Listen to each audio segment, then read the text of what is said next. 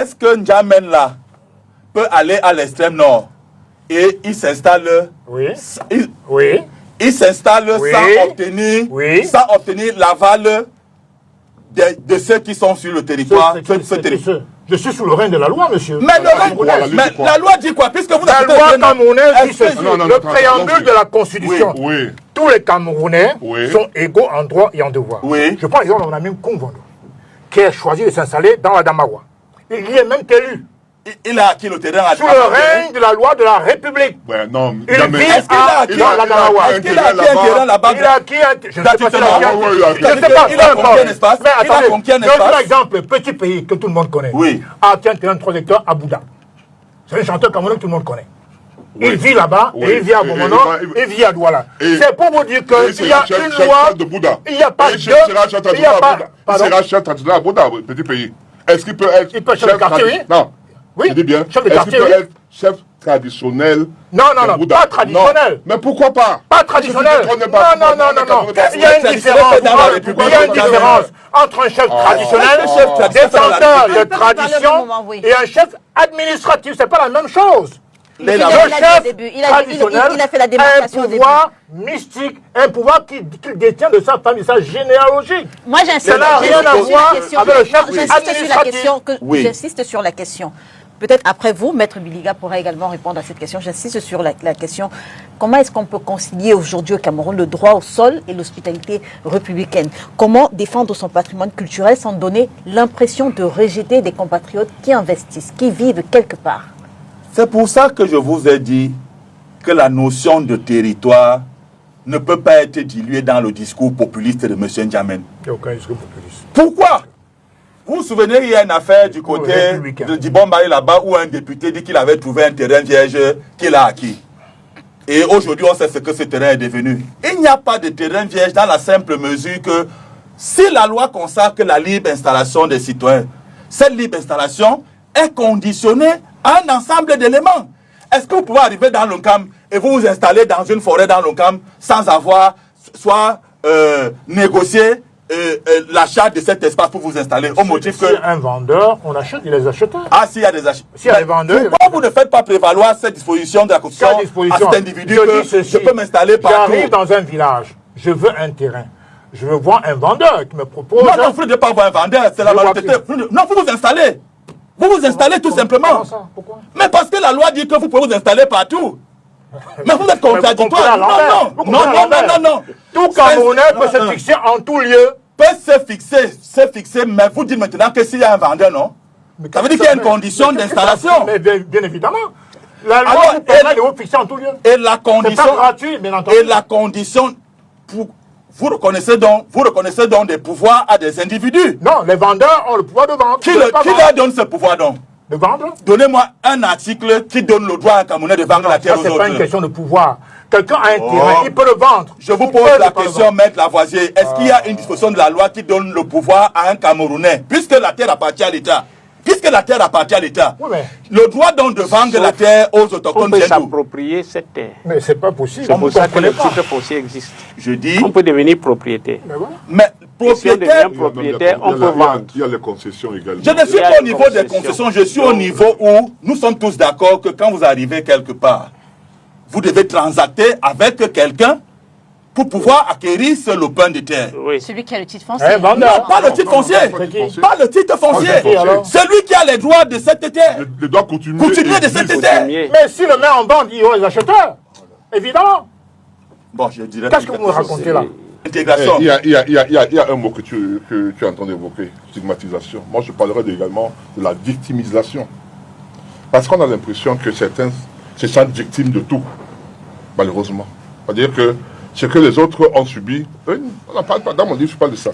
Je parle de la bamophobie. Je parle de bassaphobie. Je parle de bétiphobie. Mais tu verras que le Code Bassan te dira qu'il est stigmatisé. L'histoire récente de Manidem avec l'Institut de Kanto, les Bassans ont été insultés, traités de traîtres. Je le ferai avec des exemples bien précis. Un peu de traître, on a invoqué l'histoire du passé, en citant des gens dans le cas de l'UPC, la mort de Oumiobe et autres. Mahimati. Mais vous avez entendu les Bassans faire un random en disant nous sommes stigmatisés, nous sommes... Non! Non, c'est pas la question. Laisse-moi répondre à ma question. Je sais de quoi je parle. À tout moment, vous, les Ndjamènes, toi, Ndjamène, tu as tendance à dire qu'on vous rejette, etc. Alors que je ne sais pas si un peuple camerounais qui est aussi intégré que le peuple bamléké. Personne ne sait. Il n'y en a pas. Mais tout le moment, parce qu'il n'y a pas de stigmatisation. Je dénonce les injustices, les incohérences de la loi, de la Constitution. Les gens... Vous pouvez me laisser parler aussi. Vous avez quelqu'un qui a un terrain qui veut le vendre. Il y a donc un acheteur. C'est la loi, le contrat de vente qui stipule ça. Il y a un notaire qui valide la vente. Vous n'êtes pas les seuls acheteurs. Les gars du nord ou du sud-ouest. Et où est le problème? Alors, pourquoi vous en parlez comme ça? Pourquoi on parle de victime? Victime de quoi? La victime? Je repose la question. C'était fait exprès. En début d'émission, on a pu voir la vidéo de la marche. Je repose dans la question, comment éviter que le débat posé, les questions posées en ce moment ne virent à la stigmatisation, comme on a pu l'entendre dans la vidéo. Que chacun respecte ses droits, aussi simple que ça. Que chacun reconnaisse sa place. Lorsque moi je suis à Douala, je ne rêve jamais, par exemple, d'être, je sais pas quoi, d'être maire de Douala. Aussi simple que ça. Je sais que comme étant du littoral, je peux être maire, je suis des présidents du conseil régional. Pourquoi pas? Parce que je suis du littoral. Mais je n'irai pas, si je suis à Bafoussam, rêver d'être président du conseil régional. Mais je pense que chacun doit connaître sa place, sans qu'on ait l'impression que lorsqu'on ne vous donne pas tout, ça veut dire qu'on ne vous aime pas. Je dis non. C'est ça que je dis, M. Ndjamène. Vous n'avez aucun problème, je ne parle pas dans mon livre, il faut le dire également, de tribalisme, parce que mon neveu, Honla Martin, avait dit que dans leur famille, on ne pose pas les gens de Bamléké. Tu en as fait toute une histoire. Je t'ai répondu en te disant, mais non, dans toutes les tribus, il y a ça, même entre nous, les Bassans, on dit, tu ne peux pas épouser une fille de là-bas, c'est ça, même chez vous, les Bamléké, on le fait. Mais tu en as fait une histoire nationale. Et ça devient donc, c'est ça qui crée problème. Ça commence à créer des divisions. Entre les gens qui disent sur les bassins ne poussent pas les ceci. Dernièrement, c'était le problème de tarot, du dimanche tarot, où les gens ont inventé un texte non signé, etc. On a lancé dans le truc. Les gens sont rentrés là-dedans, les bassins ne veulent pas de ceci. Évitons ça, quand on est un homme politique. Évitons d'artiser la haine. Le président du Mboglé a pris la parole. Il a pris la parole pour dire que c'est pas ça. Donc je dis, évitons ce genre de trucs, monsieur Ndjamène. Le Cameroun est le Cameroun de nous tous. Chacun doit être bien là où il est. Les débats il faut qu'il y ait équité. C'est pas normal que, par exemple, certains ici rêvent que, par exemple, ne pensent pas qu'un seul seront maires dans leur territoire. Ils ne peuvent pas aller être ailleurs. Laissez-leur penser qu'eux peuvent être maires ailleurs. Les adjoints, on les prend partout et c'est normal. Est-ce que le problème, ce n'est pas justement de réformer, de refaire la loi? Est-ce que ce n'est pas ça? Mais la loi, non, le problème, c'est que les gens disent, c'est l'équité. C'est-à-dire, autant on peut être maire à Douala, venant d'ailleurs, qu'on permette que les gens soient maires à Bafoussam, à Kousseri, à Ndjamène, je sais pas. Quand vous dites qu'on permet, qui permet? Ceux qui investissent. Vous savez pourquoi il y a le maire de Douala premier toujours Sawa?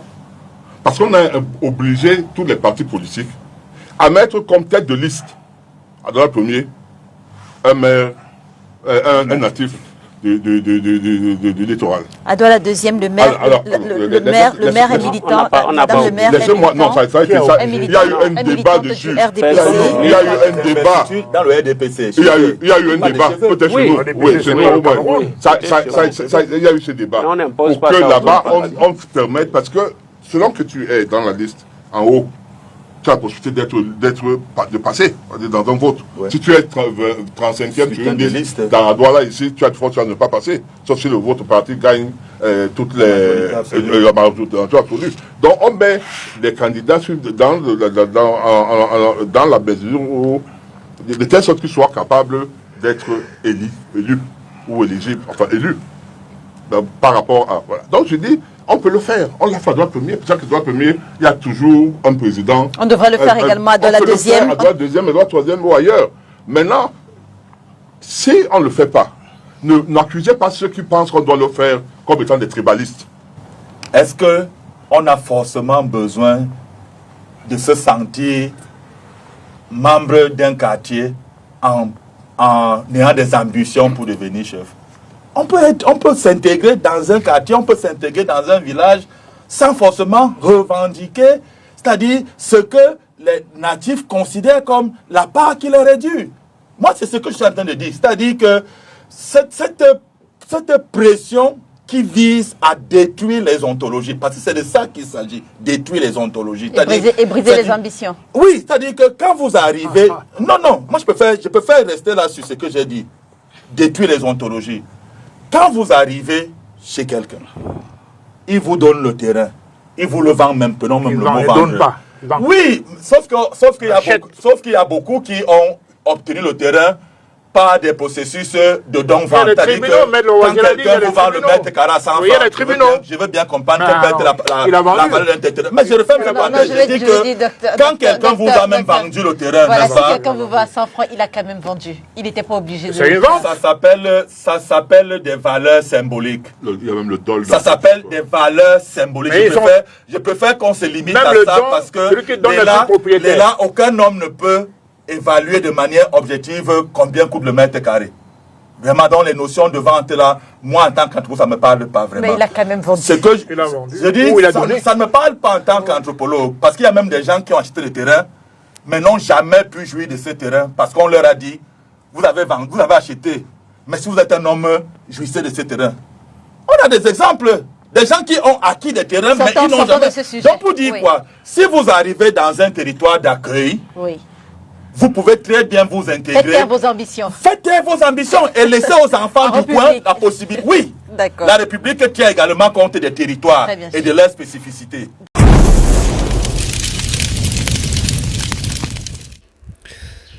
Bonjour mesdames et messieurs, enchanté, moi c'est Brice. Si vous êtes nouveau ici, je vais vous demander de vous abonner et surtout d'activer la cloche de notification pour toujours rester alerté de nos prochaines vidéos. Bienvenue sur Cameroun Investigation. Le monsieur qui a pris la parole en dernière position, avant que l'extrait que je vous ai proposé termine, s'appelle Dr Aristide Bilouga. Bref, je peux écorcher son nom, je m'en excuse. Il est responsable au Parti camerounais pour la réconciliation nationale, l'honorable Cabral Libi. Je suis vraiment étonné qu'ils disent que du moment où quelqu'un quitte de son village natal pour aller dans une autre région, il faudrait qu'il puisse taire ses ambitions. C'est un Camerounais qui le dit. Il est responsable d'une formation politique. C'est-à-dire que c'est un Camerounais qui le dit. Et il est militant d'une formation politique. Il le dit en Mondo Vision. Donc, parce que moi je suis Bamileke, je décide que je vais m'installer à Douala. Parce que j'ai décidé de m'installer à Douala, qui est toujours dans mon pays, le Cameroun, j'ai décidé de fermer, de taire mes ambitions.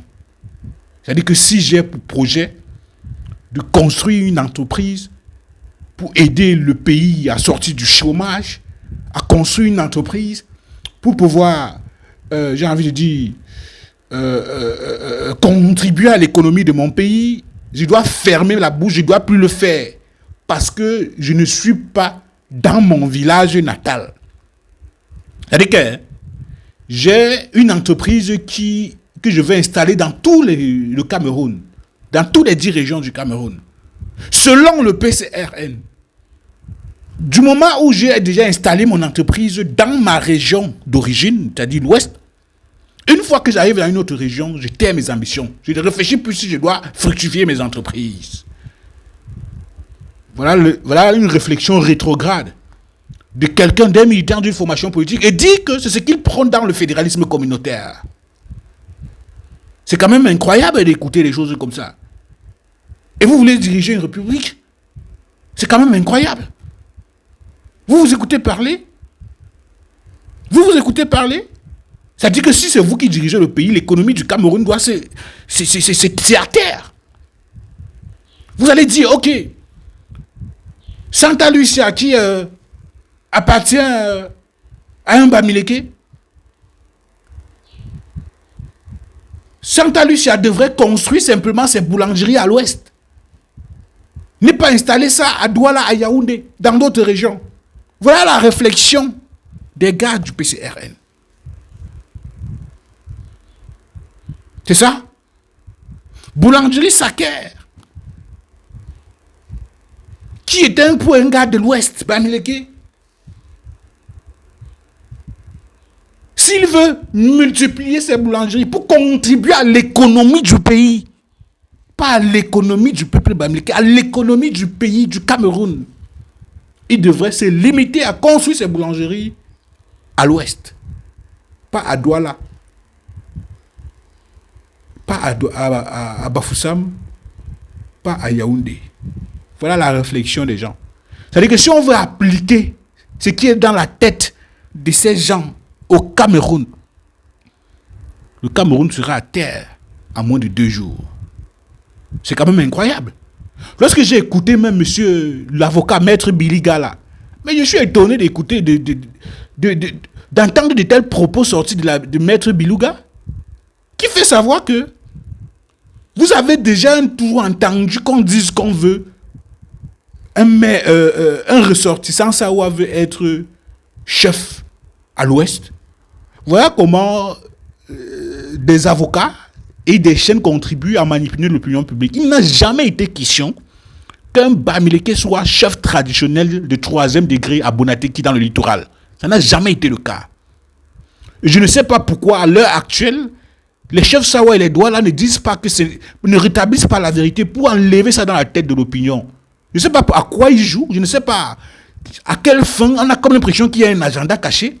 Ça n'a jamais été qu'un Bamileke soit chef traditionnel de 3e degré à Bonateki. Ça n'a jamais été ça. Lorsqu'on a entendu, lorsqu'ils ont seulement dit, c'est M. Raymond Tchengang qui voulait être nommé chef traditionnel là-bas. C'est le nom seulement Tchengang qui a fait en sorte qu'ils disent que non, un Bamileke. Après, lorsqu'ils se sont rendus compte que Raymond Tchengang c'était un Yabassien, ils ont fermé leur bouche. Voilà la vérité, frère.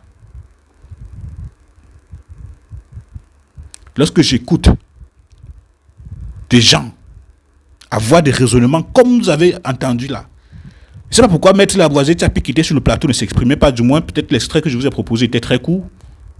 Vous avez là Maître Biliga qui avait un positionnement exact comme celle du PCRN, comme celui du PCRN. Et ça ne nous étonne pas trop, mais ça m'étonne particulièrement parce que je ne m'attendais pas à une réaction aussi dangereuse de Maître Biliga. Vous comprenez?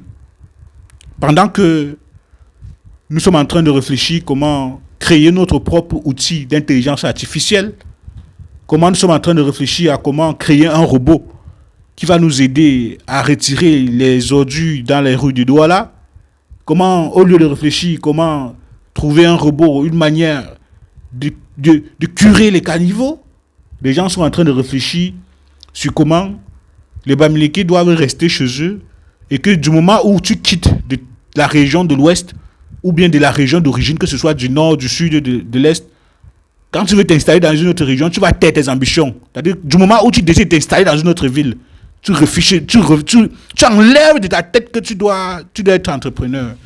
Et ce sont les gens qui veulent diriger le pays. Vous devriez avoir honte. À très bientôt.